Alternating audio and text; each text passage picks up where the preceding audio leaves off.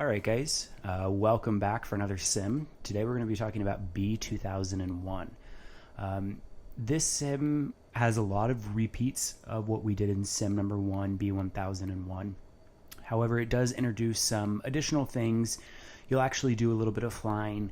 And I think a big thing to note here is that a lot of this is specific to Vance.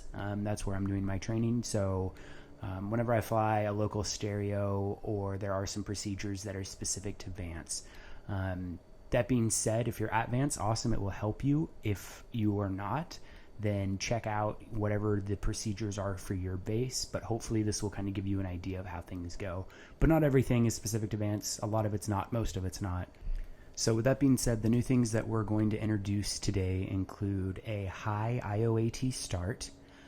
We'll talk a little bit about an rnews check that we'll do while we're taxiing out. We'll do a static takeoff, and we're going to fly the local stereo route to the Cormy stereo. That's specific to Vance. We will do a fence in to a MOA. We'll do some slow flight with shallow turns, some 45 and 60 degree steep turns. We'll fence out, and then I will introduce you guys a little bit to how to program in for the echo recovery via Ponk. Vance has a specific video that's VR that shows you the references that they want you to know for the echo recovery, but I'm just going to show you how to set it up and start flying it, and then from there it's pretty easy. And then that will conclude our video for the day. Alright, so we'll start out with an engine start with a high IOAT. Remember, that's done whenever the IOAT is greater than 80 degrees Celsius, or ITT plus IOAT is greater than 200 degrees Celsius. So we'll start out by calling hands clear and wait for our instructor to do the same. And then we'll give the hand sign for external power to be plugged in. At this point, the crew chief will come over and plug in external power.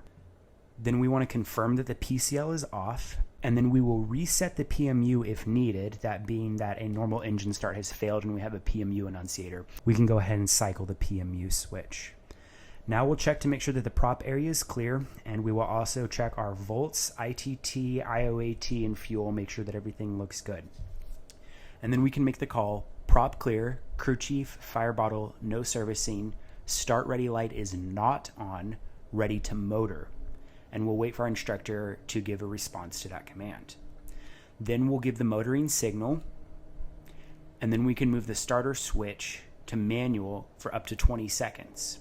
Now remember to hold on to the switch here, so that way if you have to, you can place it back to norm if there's a failed attempt.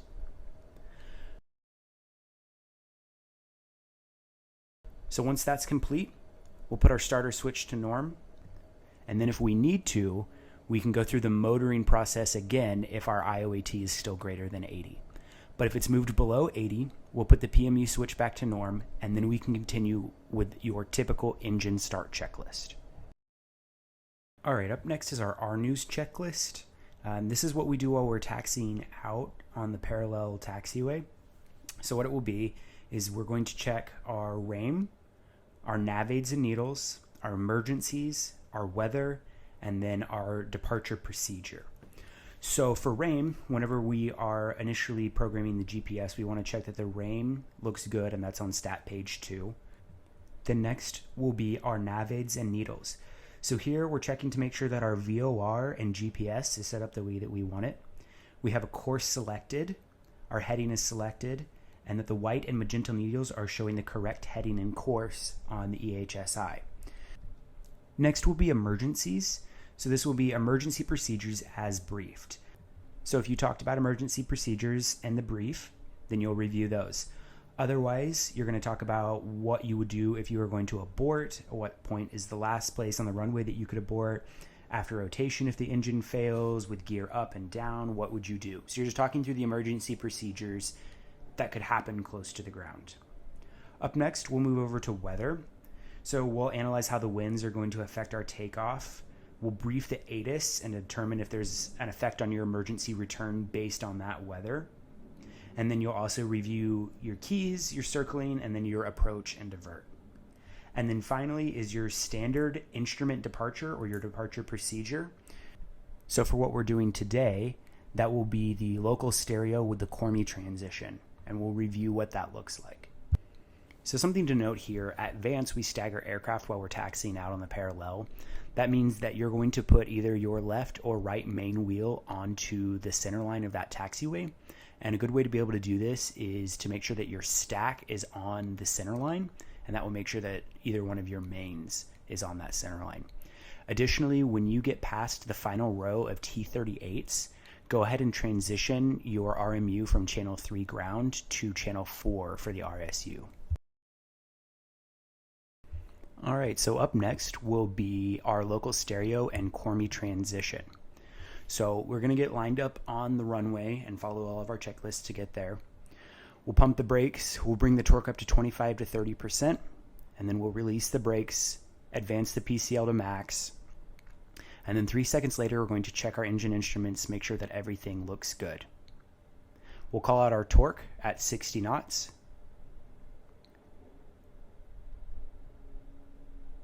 And then at 85 knots, we will rotate off the ground. We'll proceed with our calls, climbing good engine gear clear.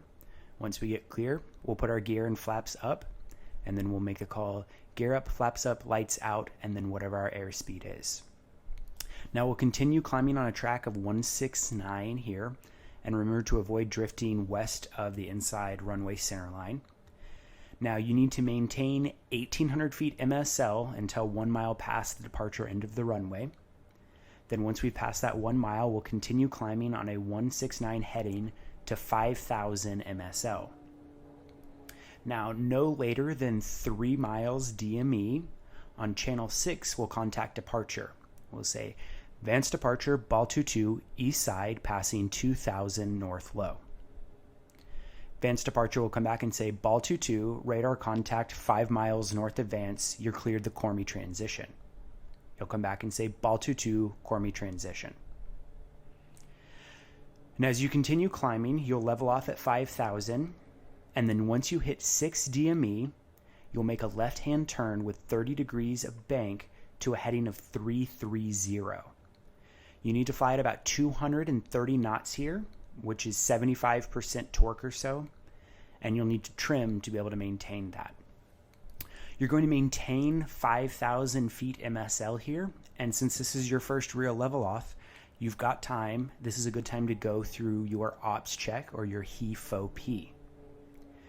Now, once you get to the heading of 330, you're going to continue to fly straight until you intercept the 359 VOR radial from Vance. Okay?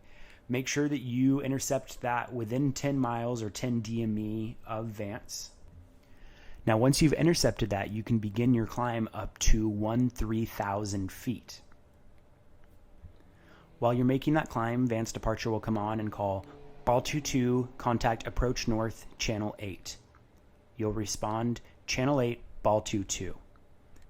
Then on the RMU, you'll change to channel 8, and you'll contact approach north and say, approach north, Ball 22, passing whatever your altitude is, climbing 13,000.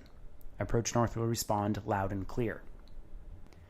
Finally, you need to make sure that you cross 19 DME at 13,000, and if you're unable to do so, you need to advise ATC.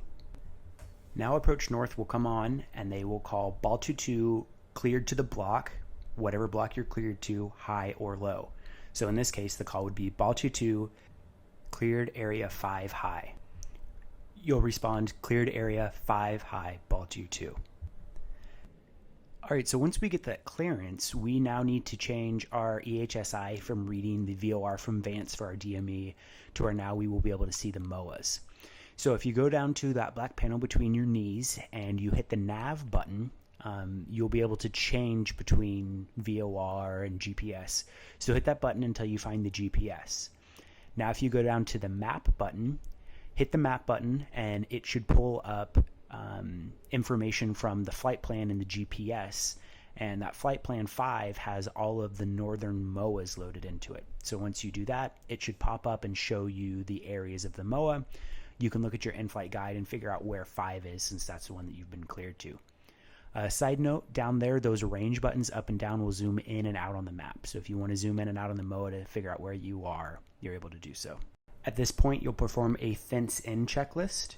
And then once you are established in the area, you will come on and you will call approach north, and you will say approach north, ball 22, established area 5 high. And approach north will respond ball 22, roger. And then the last thing you need to do is switch to channel 9 discrete, so that way when you're in the MOA you don't have to listen to everybody. Alright, so up next we have slow flight. So once you get established in the area, your instructor will have you do slow flight. So this is a good practice maneuver. What they want to do here is slow you down so that way you're able to actually experience some of the forces that are acting on the aircraft, especially at slower speeds. So what they'll have you do is you'll slow down to 150, and then once you get to 140, you'll go through 140 gear clear. They'll say clear, you can put the gear down. You'll also go to flaps takeoff. That's what they're looking for in this particular sim, is we're going to do slow flight at flaps to takeoff. So you'll go ahead and continue to bring the PCL down while monitoring that airspeed. And what we're looking for here is to get down about 85 to 90 knots is really what they're looking for here for flaps to takeoff. So once you get down to that speed, they'll have you do a couple of shallow turns just to feel what the aircraft feels like at slow flight. Once you've done all of the maneuvers that they want you to do, then you will do the process in reverse. You'll bring the PCL forward to bring power up, then you'll bring your gear and your flaps up, and then the callouts that come along with that as well. All right, so up next you have your steep turns, 45 and 60 degree turns. You'll need to know the pitch and power settings kind of for these. Know that for a 45 degree turn, the PCL goes up to 45% torque. For a 60 degree turn, goes up to about 60% torque. Really easy to remember. There's not a whole lot to this, but it definitely takes some practice to get decent at it. So I recommend that you guys get in the sim and practice those 45 and 60 degree turns. Your instructor will be watching your altitude and your bank angle to make sure that they are within limits. So practice, get really good at that. My advice to you guys here is to figure out which way is easier to turn, either left or right. There is one that is easier to turn, and figure out why that's easier to turn and what effects that the propeller on the airplane cause to make that way easier or harder to turn. If you're able to kind of conceptualize that in your head, it will definitely help you out later down the road.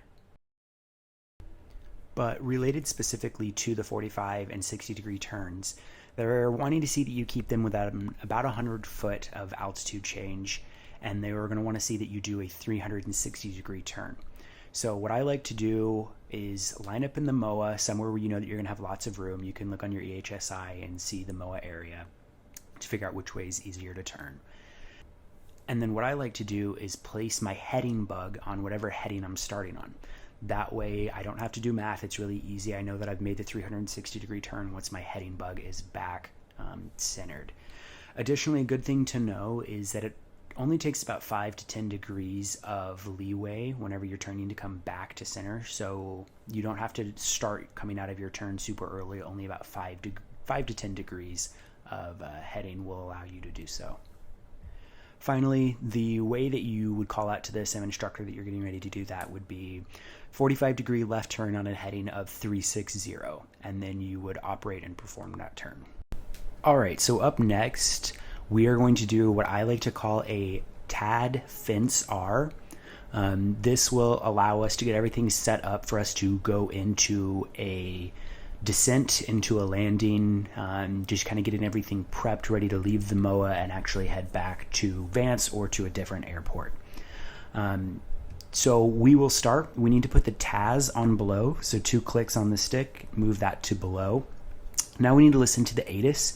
So go to channel 1, you'll listen to the ATIS, get whatever the information is that you need, and then you can plug that into your altimeters. Remember here, you need to stay inside the MOA, so you're going to get a little task saturated, but keep an eye on that. Stay inside the MOA. Put the information into the altimeters, change that however it's needed to. Now you're going to go through a descent checklist. Remember, that's HAD-V. So you're going to make sure that your headings match, that they look good, your ADIs match, they look good. You've already set your altimeter, so now you can make the call, good heading and attitude, 29 or 9 or 5, set twice, and then you will put defog off and vent on foot. Now we'll move into the fence. So we're going to check our fuel looks good, our engine instruments look good.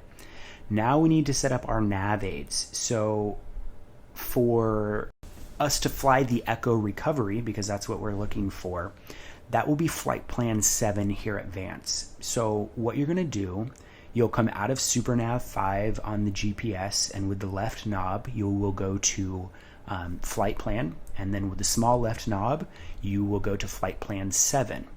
You'll click on cursor to use, but don't hit enter yet, because as soon as you do that, it's going to start pulling the information from flight plan 7 instead of flight plan 5, and you're going to lose the borders of your MOA. So you're just going to leave that set up ready to go, so that way it will give you the correct information. Set up any other nav aids or needles that you need. At this point, now we can go on the RMU, and we can go to channel 8 to go ahead and get our clearance. So we'll call and make the call. Approach north, ball 22, request recovery east side with ATIS. Approach north will come back and say, ball 22 cleared Echo recovery via PONC. Your response, ball 22 cleared Echo recovery via PONC.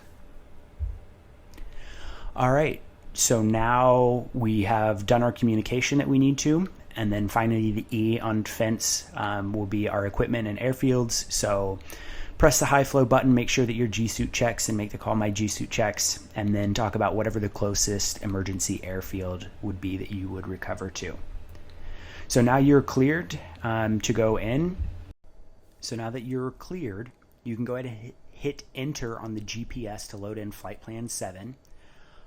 Now, since we are cleared via PONC, we need to go to PONC first.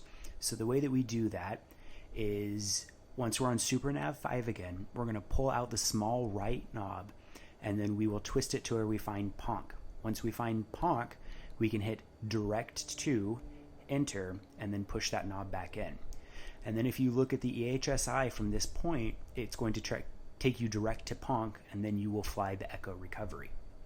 Now, Vance has a VR video on flying the Echo recovery, and they're pointing out the specific landmarks that they want you to know.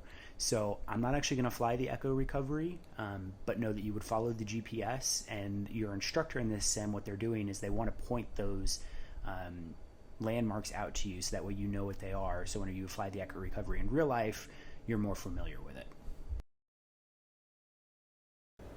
All right, guys. So that just about does it for B2001. Remember, there's a lot of other stuff that you're going to be doing in this sim, but it's all stuff that we've covered in B1001 as well. My recommendation is to practice a decent amount with this. Just get pretty comfortable with it.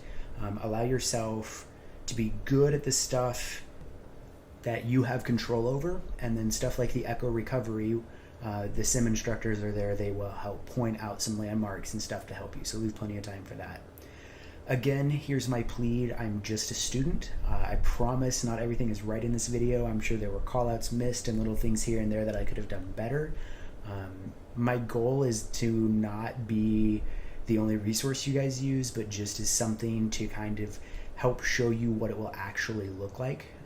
So use your pubs, use your sim instructors, just use this as a little bit of a backup resource. All right, guys, I'll catch you on the next one.